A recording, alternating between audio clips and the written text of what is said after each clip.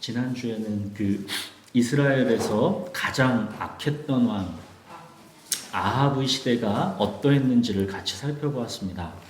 아합의 시대 이스라엘은 바알신을 숭배하면서 풍요와 번영에 취해 살았습니다. 바알신이 결국 무엇입니까? 육체의 정욕, 안목의 정욕, 이생의 자랑으로 대표되는 세상입니다. 근데 세상은 정욕, 자랑 이런 말 대신 행복, 자아실현 이런 말로 바꿔서 사용한다고 했죠. 행복, 자아실현 이 자체는 선한 것입니다. 그러나 행복과 자아실현이 우상이 되면 그거는 정욕이고 자랑이고 탐심이 되는 것입니다. 바로 이 행복과 자아실현에 온 마음이 사로잡혀서 하나님께는 진정 마음을 두지 않고 살아가는 시대, 이것이 아합의 시대입니다. 왜 하나님을 버리고 세상을 택하게 되었습니까? 하나님은 살아계시지 않다고 믿었기 때문입니다. 하나님은 살아계시지 않다는 그들의 강력한 믿음이 하나님을 담대하게 버리고 기꺼이 세상을 택할 수 있게 해주었습니다. 하나님은 살아계시지 않다고 믿는 아합의 시대를 단적으로 보여준 것이 여리고성을 다시 건축하다가 맏아들과 막내 아들을 잃어버린 히엘의 믿음이었죠. 하나님의 말씀대로 여리고성을 건축하기 시작하면서 맏아들을 잃었습니다. 그런데도 히엘은 하나님은 살아계시지 않다고 굳건하게 믿었기 때문에 거기서 좌절하지 않고 끝까지 여리고성을 건축하였습니다. 하나님은 살아계시지 않다고 굳건하게 고집스럽게 믿는 그 강력한 믿음이 있었던 것이죠. 맏아들이 죽은 것은 하나님이 살아계시다라는 증거가 아니라 그냥 세상 살아가면서 흔히 발생할 수 있는 하나의 불행한 사고에 불과하다고 믿었습니다. 그런 히엘의 담대하고 고집스러운 믿음이 결국 자기의 막내 아들까지 잃게 만들었습니다. 히엘의 이름, 그 뜻은 하나님은 살아계시다라고 했죠. 그는 그렇게 하나님은 살아계시지 않다고 강력하게 믿는 믿음을 통해서 거꾸로 하나님은 살아계시다라는 것을 아이러니하게 증거하게 되었습니다. 이렇듯 하나님은 살아계시지 않는다라고 믿는 시대, 이것이 아합의 시대입니다. 하나님은 살아계시지 않는다고 믿기 때문에 세상을 사랑하는 것입니다. 세상을 사랑하는 에너지는 하나님은 살아계시지 않는다는 이 믿음에서 나오는 것입니다. 믿음은 있느냐 없느냐의 문제가 아닙니다. 어차피 믿음은 있습니다. 하나님은 살아계시다고 믿느냐 아니면 하나님은 살아계시지 않다고 믿느냐, 둘 다 믿음입니다. 인간은 그냥 중립적으로 가운데에 서 있을 수 있는 존재가 아닙니다. 하나님은 살아계시다고 믿던지 아니면 하나님은 살아계시지 않다고 믿던지 둘 중 하나를 택할 수밖에 없는 존재입니다. 살아계신 하나님께 마음이 사로잡혀 하나님을 택하던지 하나님은 살아계시지 않다고 믿으면서 세상을 택하던지 둘 중 하나를 택할 수밖에 없는 존재입니다. 사랑하는 여러분, 인간은 결코 중립적으로 가운데에 서 있을 수 없다라는 것을 기억하십시오.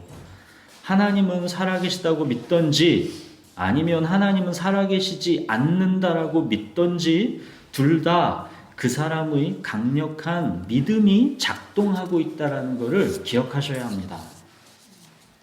가운데에 서 있으면서 나는 잘 몰랐으니까 하면서 뭔가 책임과 위험을 회피하면서 내 마음대로 살아볼 수 있는 그런 영역은 인간에게 없는 것입니다. 히엘처럼 하나님은 살아계시지 않다고 믿었다면 그 믿음에 대해서 결국 책임을 지게 되어 있는 것이 인간의 운명입니다. 성경은 분명하게 말씀하고 있습니다. 어리석은 자는 하나님이 없다 하는도다. 세상에서는 하나님이 없다고 믿는 사람, 하나님은 또 살아계시지 않다고 믿는 사람, 이런 사람들이 여러 가지 모양으로 그들의 능력과 재주를 자랑하지만 하나님은 그들의 성공과 성취, 그들의 우상이 되어버린 행복과 자아실현, 여기에 하나님은 아무런 관심이 없습니다. 하나님과 관계없이 이룬 아합의 시대의 그런 정치 경제적 성과에 하나님은 아무런 관심이 없습니다. 그냥 어리석은 자, 이것이 하나님의 간단한 평가입니다. 어리석은 자는 하나님이 없다 하는도다. 세상이 좋아 바알 신에 온 마음을 빼앗겨버린 이 아합의 시대를, 그렇다면 하나님은 어떻게 하셔야 하겠습니까? 우리 인간들은 이런 상황에서, 인간관계에서 이런 게 나타나면 그냥 다 포기하고 내버려 두죠. 그냥 관계를 끊어버리는 거로 더 이상 신경 쓰고 살고 싶지가 않은 것이죠. 이스라엘이 그냥 그렇게 바알에 속아서 그 삶을 다 망치고 멸망의 길로 가던 말던 더는 신경 쓰고 그렇게 살고 싶지가 않고 포기해버리죠. 이게 인간입니다. 그러나 하나님은 가장 어둡고 영적으로 이 눈멀어버린 아합의 시대에 이제 그들을 되찾기 위한 행동을 계시하십니다. 우리 열왕기상 17장 1절에서 7절을 먼저 한번 볼까요? 열왕기상 17장 1절부터 7절입니다. 우리 한 절씩 번갈아 읽겠습니다. 길르앗에 우거하는 자 중에 디셉 사람 엘리야가 아합에게 말하되 내가 섬기는 이스라엘의 하나님 여호와께서 살아계심을 두고 맹세하노니 내 말이 없으면 수년 동안 비도 이슬도 있지 아니하리라 하니라. 여호와의 말씀이 엘리야에게 임하여 이르시되 너는 여기서 떠나 동쪽으로 가서 요단 앞 그릿 시냇가에 숨고 그 시냇물을 마시라. 내가 까마귀들에게 명령하여 거기서 너를 먹게 하리라. 그가 여호와의 말씀과 같이 하여 곧 가서 요단 앞 그릿 시냇가에 머물매 그 까마귀들이 아침에도 떡과 고기를, 저녁에도 떡과 고기를 가져왔고 그가 시냇물을 마셨으나 땅에 비가 내리지 아니하므로 얼마 후에 그 시내가 마르니라. 네. 하나님은 가장 어둡고 최악인 이 아합의 시대에 가장 강력한 선지자 엘리야를 부르시고 하나님의 말씀을 임하게 하심으로 당신의 행동을 시작하십니다. 최악의 시대에 가장 강력한 선지자 엘리야를 보내셨습니다. 하나님은 마음에서 그들을 끊어내실 수가 없는 것입니다. 그들을 되찾고야 말겠다라는 하나님의 강력한 의지입니다. 1절 보십시오. 수년 동안 비도 이슬도 있지 아니하리라. 이스라엘이 바알신을 숭배하고 있습니다.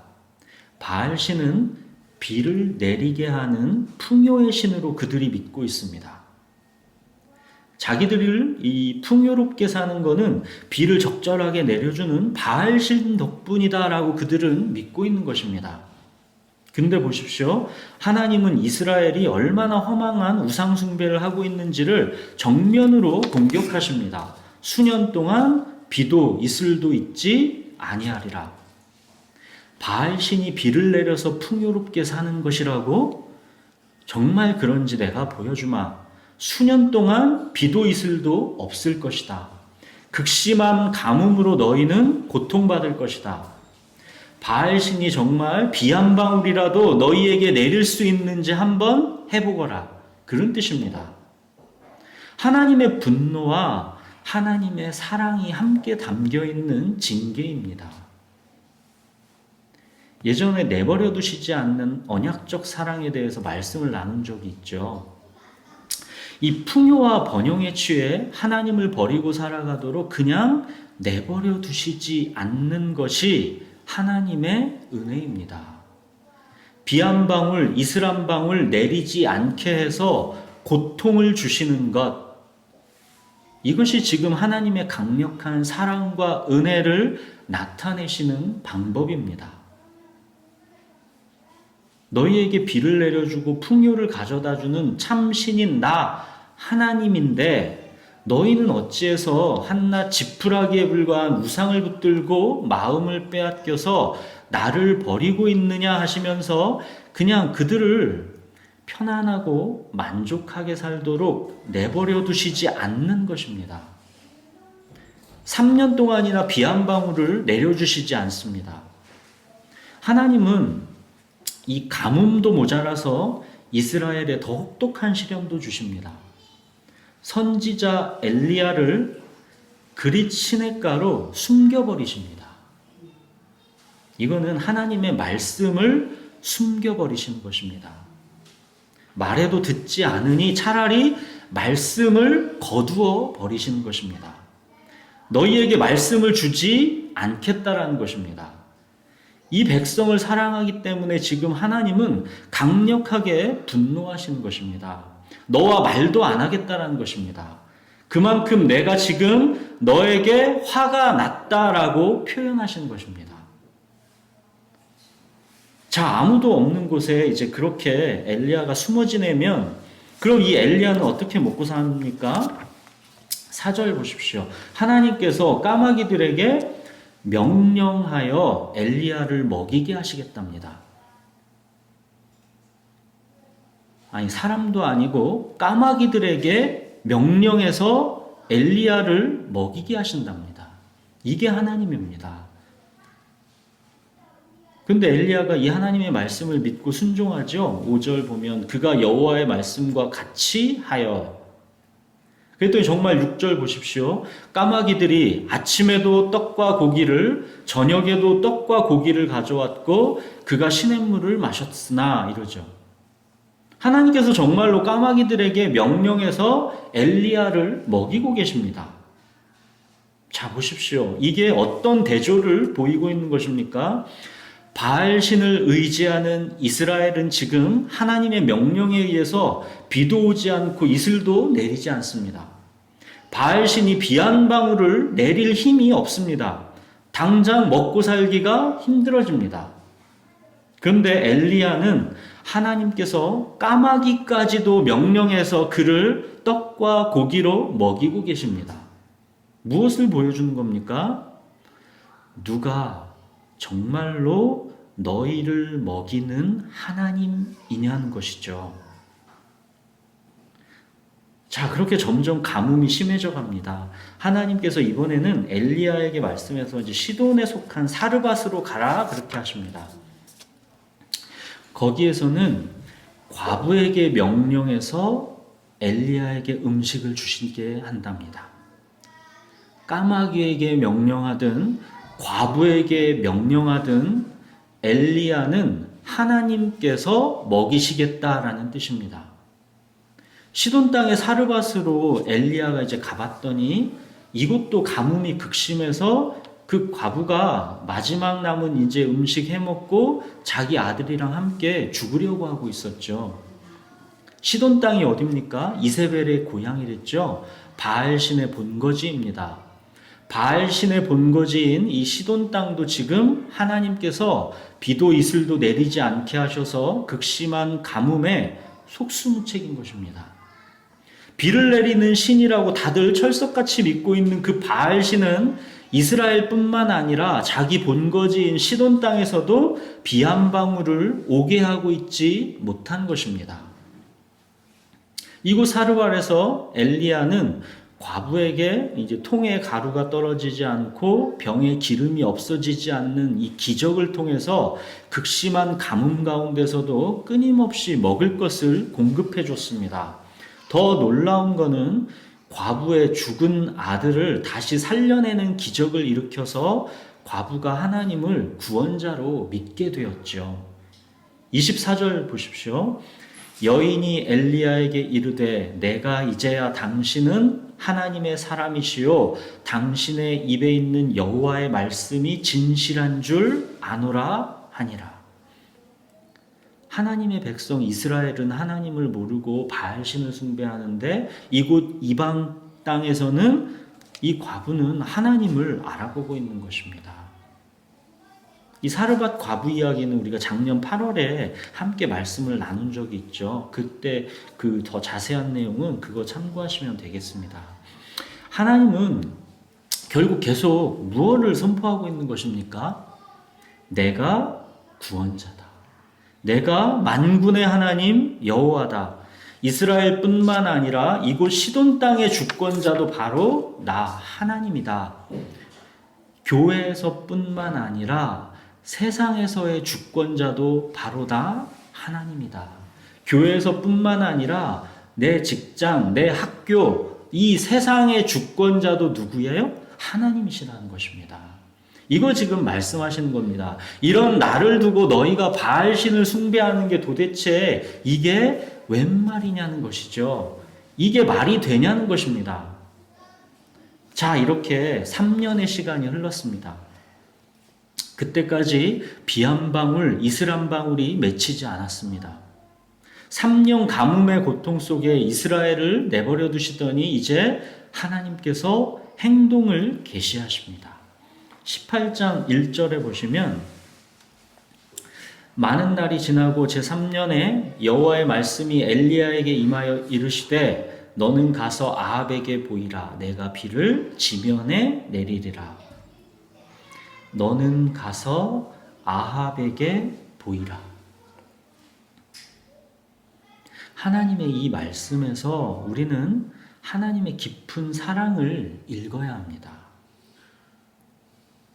하나님은 반역하는 아합, 배신하는 아합을 그냥 내버려 두시지 않고 계속 기회를 주시는 것입니다.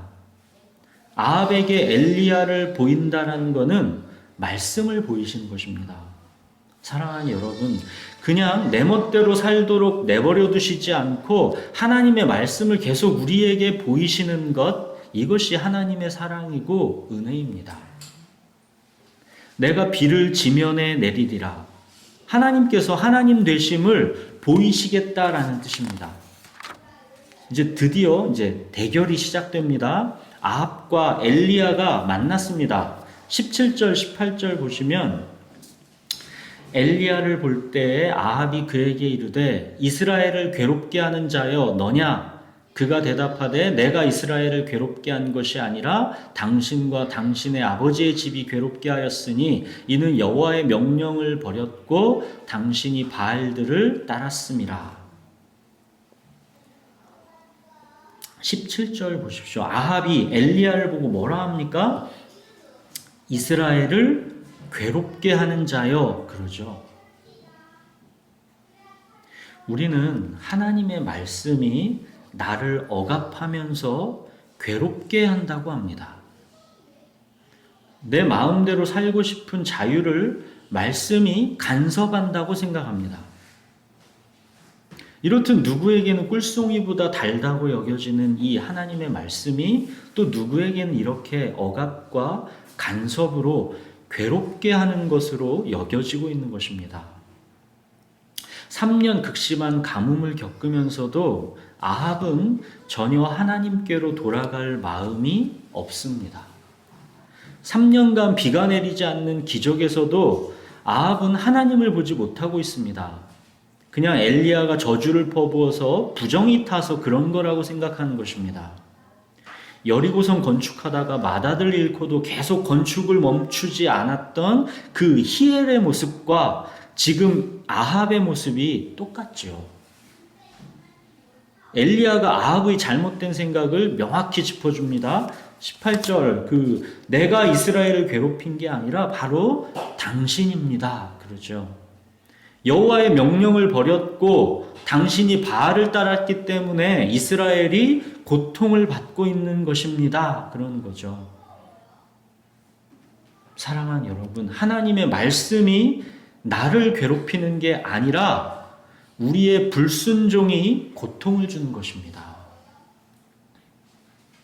아합의 말과 엘리야의 말, 그럼 어떤 게 진실입니까? 이거가 이제 온 이스라엘도 지금 이제 궁금한 사항입니다.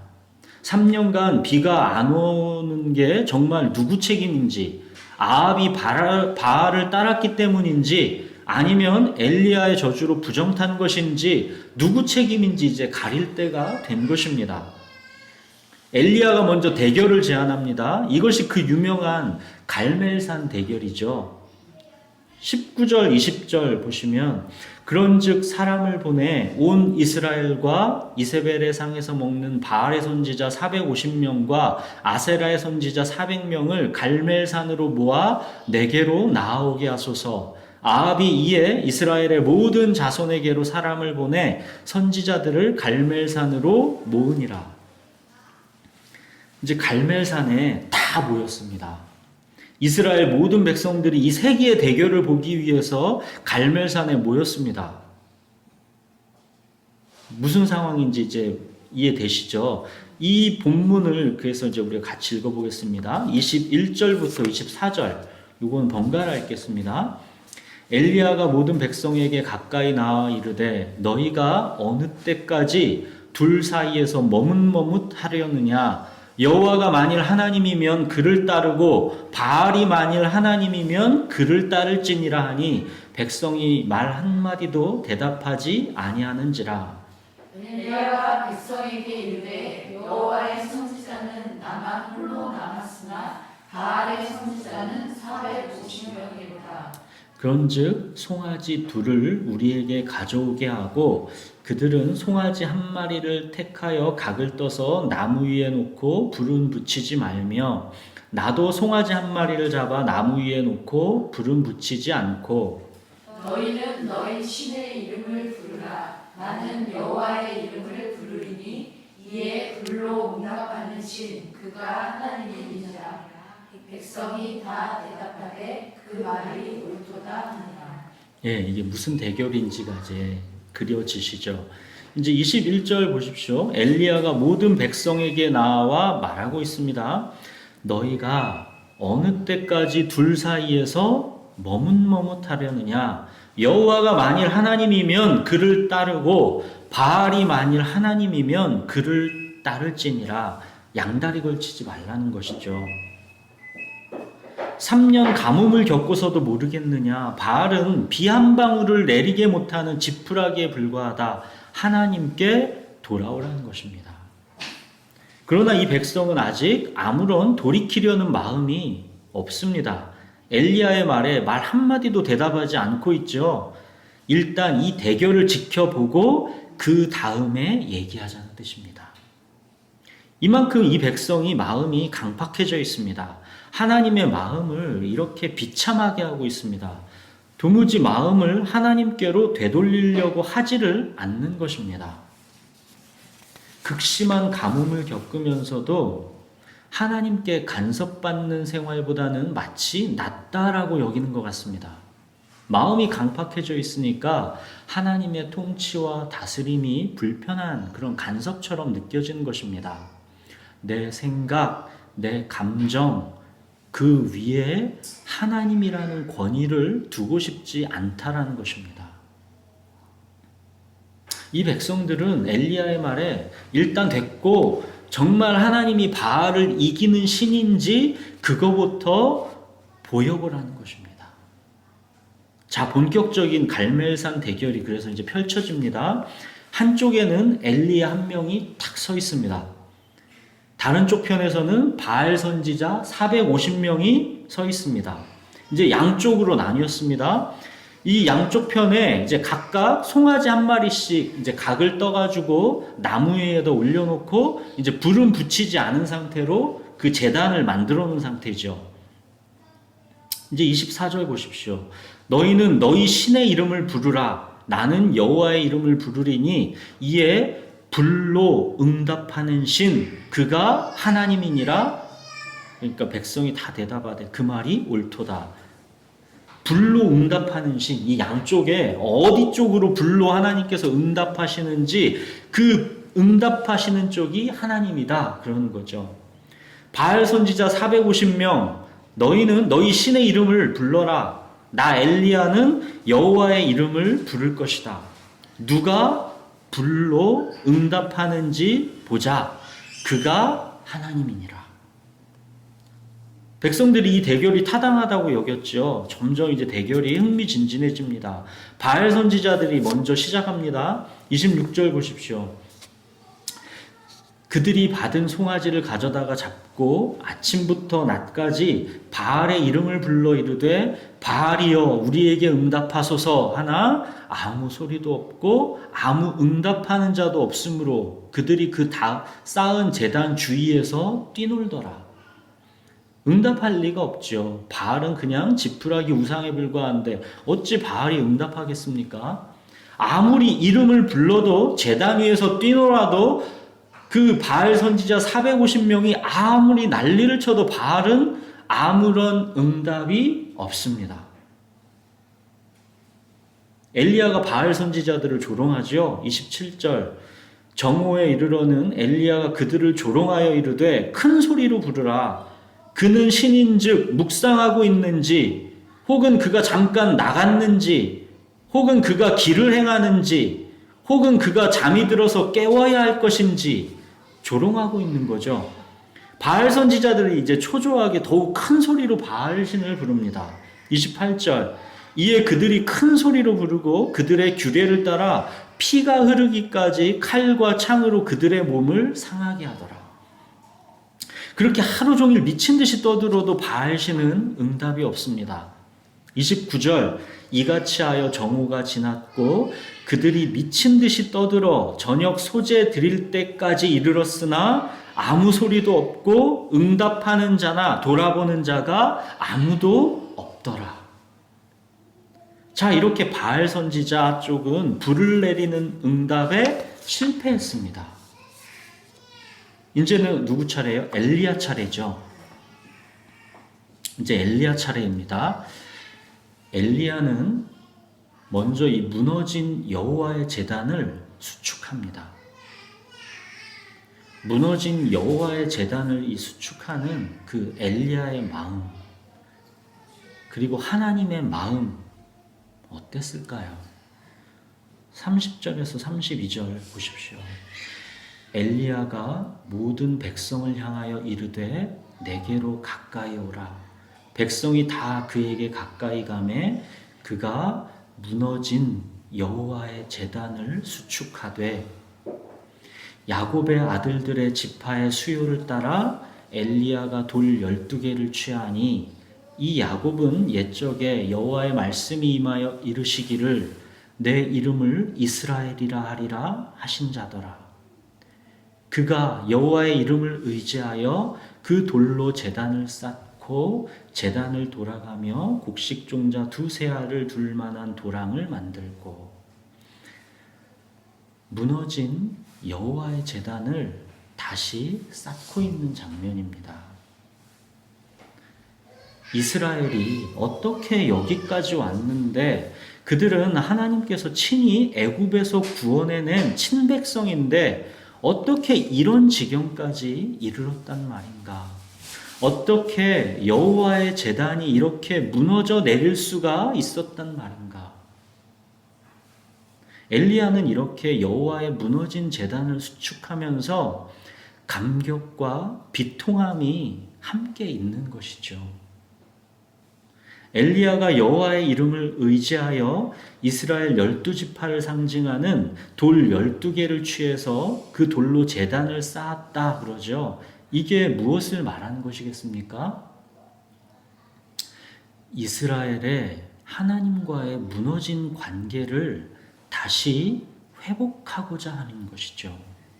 무너진 예배를 다시 회복하려는 것이죠. 하나님을 버리고 떠난 이스라엘 백성을 다시 하나님께 이 제단에 올려드리고자 하는 것이죠. 이 백성을 다시 받아주십시오, 하나님. 이런 간절한 마음을 엘리야가 지금 하나님께 드리고 있는 것입니다. 엘리야가 그렇게 무너진 제단을 다시 쌓고 나서 참 또 희한한 일을 이어서 하지요. 제단 둘레에다가 넓은 도랑을 팠습니다. 그러고는 들통 4개에다가 물을 담아와서 소와 장작 위에다 흠뻑 부으라고 합니다. 그렇게 이제 흠뻑 부었더니 그렇게 한 번 더 부으라고 합니다. 또 그렇게 흠뻑 부었더니 그렇게 또 한 번을 더 흠뻑 부으라고 합니다. 이렇게 3번을 흠뻑 부었더니 제단이 완전히 흠뻑 젖었고 이 도랑에는 물이 흘러 넘쳤다 그러죠. 엘리야가 지금 뭐 하는 겁니까? 지금 이 바알 선지자들과의 대결, 그 내용이 뭡니까? 하늘에서 불을 내려 이 제단을 태우는 거, 그게 이제 이기는 거죠. 근데 물을 계속 부어서 제단을 흠뻑 적시고 도랑에는 물이 철철 흘러 넘치게 하고 있습니다. 뭐 하는 겁니까, 엘리야가? 도저히 우연히 일어날 수 없는 조건을 만들고 있는 거죠. 오직 하나님께서 하시지 않으면 안 되는 그런 조건을 만들고 있는 것입니다. 히엘은 자기 맏아들 잃고도 그냥 우연한 사고라고 여겼는데 그러지 말라는 것입니다. 이거 결코 우연 아니다. 엘리야는 이 백성이 마치 히엘처럼 어리석게도 또 우연으로 취급할까봐 우연히 일어날 수 없는 조건을 만들고 있는 것입니다. 그만큼 이 백성들의 마음을 다시 되돌리고 싶은 하나님의 애타는 심정이 들어있는 것입니다. 이 광경을 지켜보던 아합도 깜짝 놀랐을 것이고 바알 선지자들도 놀랐겠죠. 막 물을 들이부니까 온 이스라엘 백성들도 다 놀랐을 것입니다. 와, 이거 진짜 이러고도 불이 내려와서 제단을 태울 수만 있다면 그거는 정말 하나님이시다. 그렇게 숨죽이고 이제 이걸 보고 있는 거죠. 자, 이 긴장되는 순간에 엘리야가 기도를 시작합니다. 36절.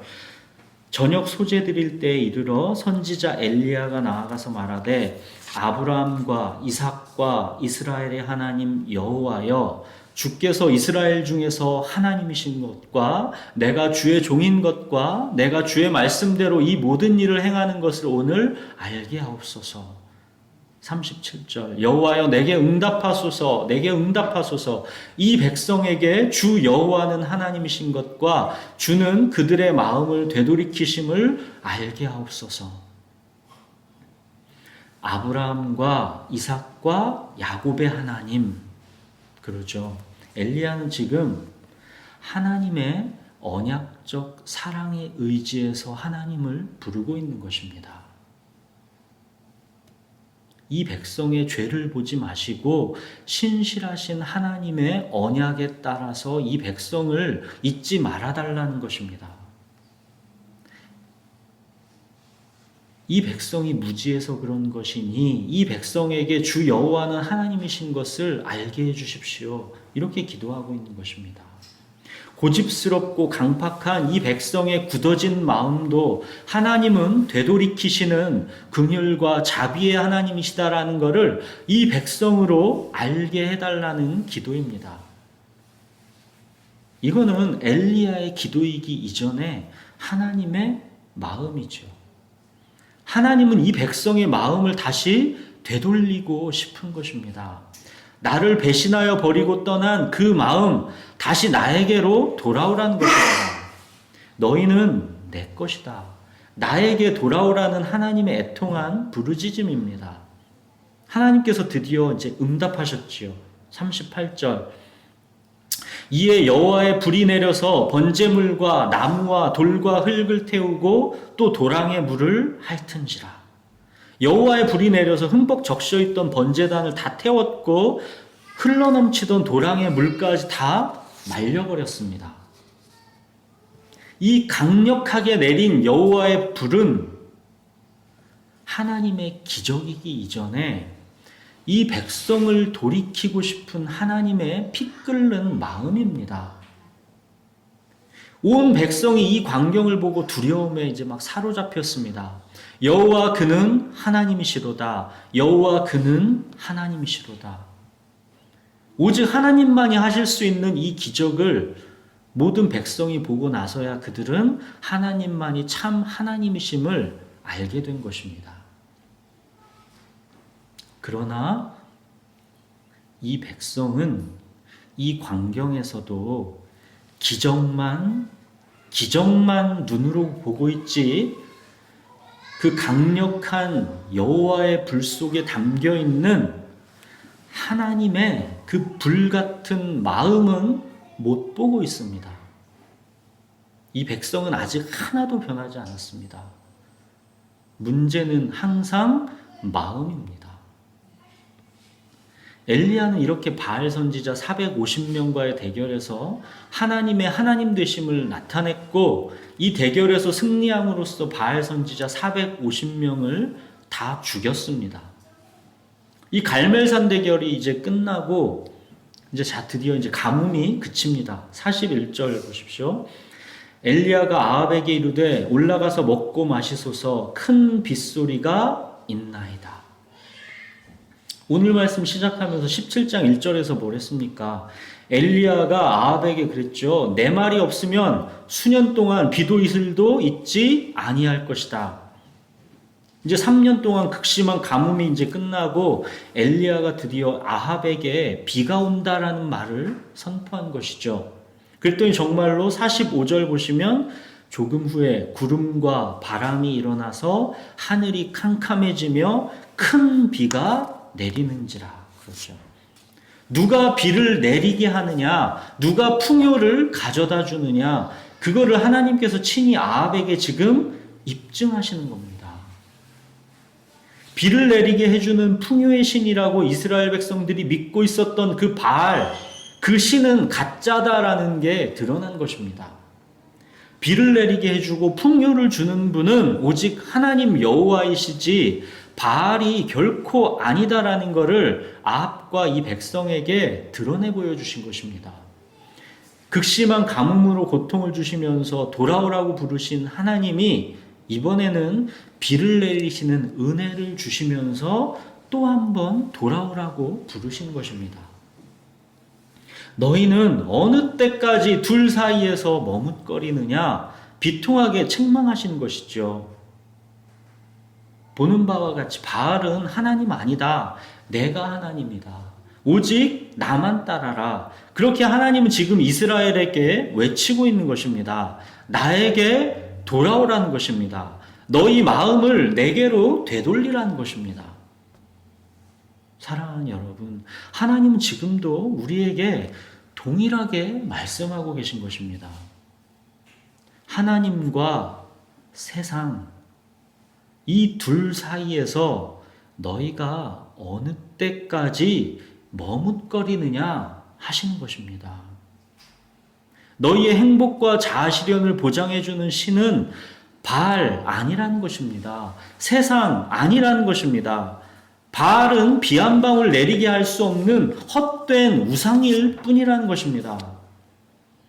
흠뻑 적신 제단을 이 불을 내려서 다 태워버릴 수 있는 것은 오직 하나님만이 하실 수 있다는 것입니다. 바로 그 하나님이 우리의 주권자요 통치자라는 것입니다. 마치 이 세상이 전부인 것처럼 그렇게 오판하고 살지 말라는 것입니다. 후회한다라는 것입니다. 이 세상도 그 정욕도 다 지나간다라는 것입니다. 오직 하나님의 뜻을 행하는 자가 영원히 남는다라는 것입니다. 사랑하는 여러분, 하나님과 세상, 이 둘 사이에서 우리는 어느 때까지 머뭇거립니까? 하나님께 온전히 마음을 드리고 있지 못하다면 하나님만을 예배하는 예배의 제단이 내 마음에서 무너져 있다면 오직 하나님께로만 마음을 드리십시오. 하나님과 세상, 이 둘 사이에서 머뭇거리면서 그러면 마음의 긴장은 없을지 모릅니다. 뭔가 종교적인 최소한의 의무를 다하면서 하나님 편에 한 발은 담그고 있는 것이니까 그래도 좀 괜찮겠지 하면서 그런 식으로 마음은 또 세상을 추구하고 있는 것인지도 모릅니다. 마음이 그래서 편안할 수도 있습니다. 긴장이 없을 수도 있습니다. 그러나 그게 우리의 착각이라는 것입니다.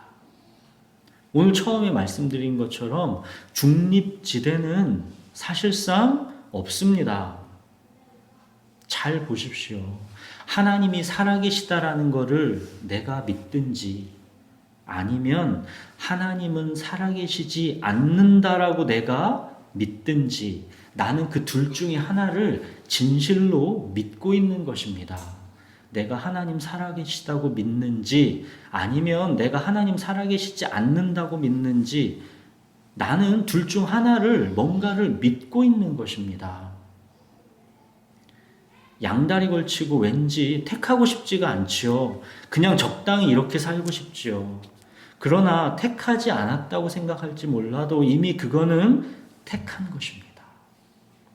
마음의 문제입니다. 양다리를 걸치고 있다라는 것은 하나님을 적어도 50%를 택했다라는 의미가 될 수 없는 것입니다. 마음의 문제입니다. 그거는 하나님을 단 1%도 택하지 않았다라는 의미입니다. 마음은 결코 나뉠 수가 없는 것입니다. 솔로몬 재판에서 아이를 칼로 잘라서 둘로 나누라고 판결했죠. 그게 가능합니까? 불가능합니다. 마음은 그리고 생명은 둘로 나눌 수가 없는 것입니다. 양다리를 걸치고 있다는 건 이미 하나님을 버렸다라는 뜻입니다. 이미 하나님을 마음으로 버린 것인데 그거를 모르고 어정쩡하게 불편하게 그렇게 살고 있는 것입니다. 내가 하나님 한 30-40% 그렇게 믿고 있는 건 줄 착각하고 있는 겁니다. 양다리 걸치려면 과감하게 차라리 세상에다가 두 발을 다 디디는 것이 훨씬 낫습니다. 속이라도 편하게 마음껏 세상에 취해 사는 게 낫지 하나님은 받으시지도 않는 그 마음 50% 괜히 하나님께 줬다고 생각하고 불편하게 사는 것보다는 그냥 세상에 흠뻑 빠져 사는 게 훨씬 나은 겁니다. 그냥 세상에 흠뻑 빠져서 제대로 취해서 살아보는 게 훨씬 정신 건강에 이롭습니다.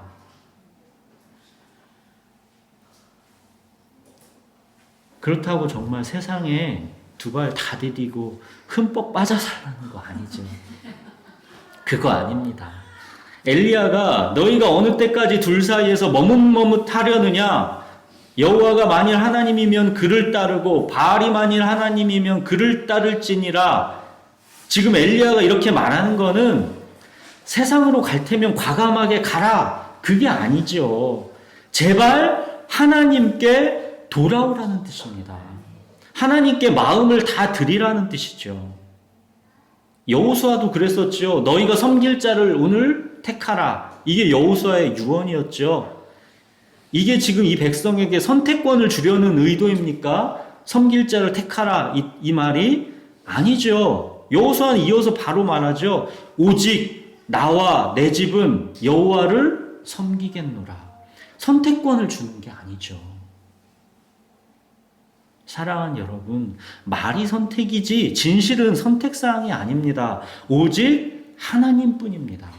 하나님을 믿고 따르는 것, 오직 이 길만이 있는 것입니다. 어차피 생명의 길은 한 곳뿐인데 하나님과 세상 이 둘 사이에서 머뭇거리지 마십시오. 시간 낭비입니다. 마음 낭비입니다. 세월을 아끼십시오. 마음을 오직 하나님께만 두십시오. 우리는 하나님의 것입니다. 이 초대교회의 교부 어거스틴은 이제 자기가 회심하고 하나님께로 돌아오기까지의 이 도덕적인 방황, 가치관과 세계관의 방황이 극심했던 사람입니다. 어거스틴도 행복과 자아실현을 자기 스스로 찾아보려고 이 육체의 정욕을 마음껏 추구하면서 여기저기 방황했던 사람입니다. 그는 이렇게 하나님께 돌아와서 자기의 삶을 하나님께 이렇게 회고합니다. 오 하나님, 내 영혼이 하나님 안에서 안식을 얻을 때까지 나의 인생에는 진정 쉼이 없었습니다. 오 하나님, 내 영혼이 하나님 안에서 안식을 얻을 때까지 나의 인생에는 진정한 쉼이 없었습니다. 이것이 어거스틴의 고백이었죠.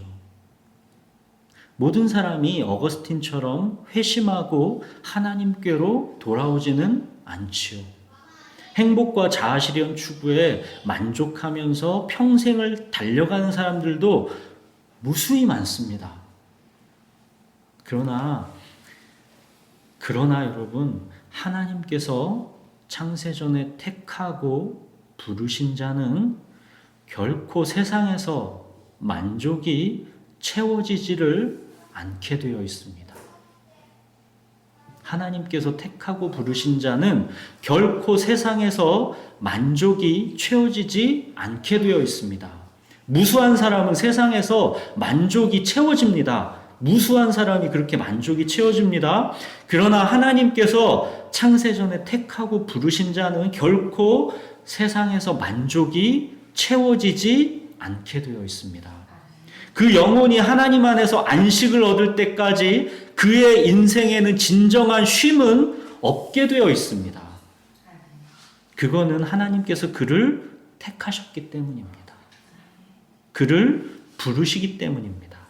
전적인 하나님의 주권적 은혜입니다. 사랑하는 여러분, 창세전에 하나님께서 택하고 부르신 그 사람의 영혼은 하나님 안에서 안식을 얻을 때까지 그의 인생에서 진정한 쉼은 없는 것입니다.